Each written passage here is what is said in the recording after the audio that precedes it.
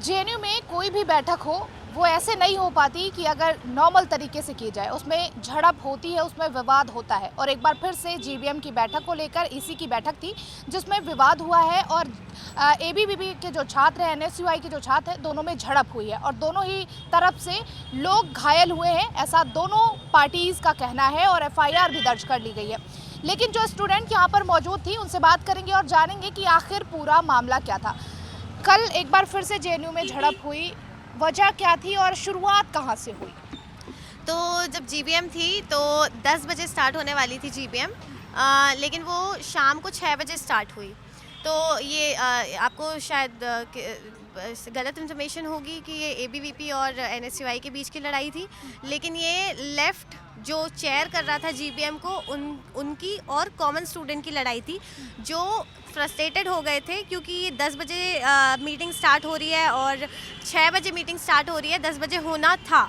और 6 बजे स्टार्ट होने के बाद जो प्रोसेस है, सिलेक्शन प्रोसेस है जो ईसी की, वो पूरी अनडेमोक्रेटिक वे में हम लोगों की जीबीएम कराया जा रहा था।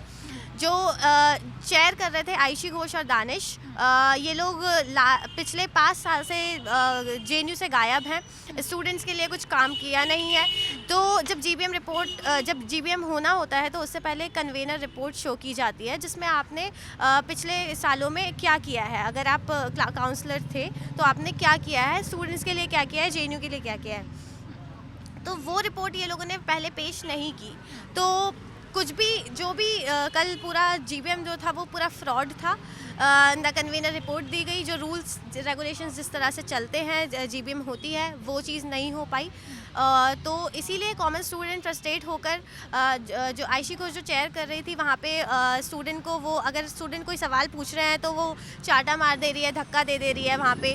तो पीछे जो लोग खड़े हुए हैं उन लोगों को चिल्ला दे रही है, अब्यूज़ कर दे रही है। तो ऐसे स्टूडेंट्स के साथ वो पेश आ रही है और कहने के लिए वो जेएनयू की प्रेसिडेंट है। तो ये लोगों का मैनेजमेंट एक तरफ देखिए आप कि किस तरह से ये लोग स्टूडेंट को, एक एसएल के जीबीएम को ये लोग मैनेज नहीं कर पा रहे हैं और ये लोग पूरे जेएनयू के प्रेसिडेंट बन के बैठे हुए हैं। कोविड में जब स्टूडेंट को यहाँ पे प्रेसिडेंट की ज़रूरत थी तब वो यहाँ पे नहीं थी, तब वो वेस्ट बंगाल में जाकर इलेक्शंस लड़ रही थी। और पूरा जो जीबीएम का प्रोसेस जो था वो पूरा ख़राब तरीके से कल हुआ, जो नहीं होना चाहिए। अगर डेमोक्रेसी की आप बात कर रहे हो तो डेमोक्रेटिक वे में आपको सारे प्रोसेस, एक एक प्रोसेस जो है वो सारे ऑथेंटिक फेयर होना चाहिए।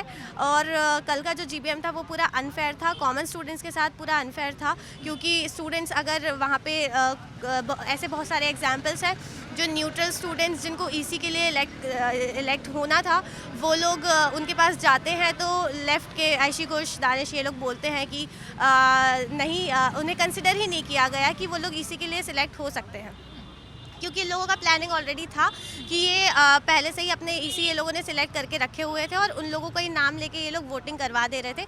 और ऐसे 300 से 400 नाम आए थे जो स्टूडेंट्स के बीच से ऐसे नाम आए थे जो सिलेक्ट होने थे, लेकिन 5 से 6 स्टूडेंट्स बस इसी के लिए सिलेक्ट होने थे। तो ये लोगों ने ऑलरेडी डिसाइड करके रख लिया था कि इन्हें किसको इसी बनाना है और उस पर ये लोग अपना डिक्टेटोरियल वे में ये लोग जीबीएम कल करवाए हैं। जी, कितने लोगों को चोटें आई हैं, चाहे वो एनएसयूआई की बात करें, एबीवीपी की बात करें, कितने छात्र जो है वो घायल हुए हैं? ऐसे बहुत सारे स्टूडेंट्स हैं जो घायल हुए हैं। हेल्थ सेंटर में भी काफ़ी रात में स्टूडेंट्स थे, तो लेकिन किसी को ऐसी सीवियर चोट नहीं आई है, सब सही हैं। और बाकी अभी कुछ स्टूडेंट्स हैं जो जिन्हें चोट लगी है, वो आने भी वाले हैं और वो आए भी हैं। तो देखिए, ये स्टूडेंट हैं जेएनयू की और जिनका साफ तौर पर कहना ये है कि जो मौजूदा प्रेसिडेंट हैं जेएनयू की, आयशी घोष, वो लगातार तानाशाही करने की कोशिश कर रही हैं और तो और अगर स्टूडेंट जो हैं वो सवाल करने की अगर उनसे कोशिश कर रहे हैं तो सीधा उनको थप्पड़ जड़ रही हैं। लेकिन फ़िलहाल थोड़ी देर में एबीवीपी के जो छात्र हैं वो प्रेस कॉन्फ्रेंस करने वाले हैं और जिन छात्रों को चोटें आई हैं वो भी थोड़ी देर में पहुंचने वाले हैं। तो देखना ही होगा कि आखिर पुलिस जब इसमें जाँच पड़ताल करती है तो क्या कुछ सामने निकल कर आता है। कैमरा पर्सन राम के साथ काजल सिंह, TV7 भारत।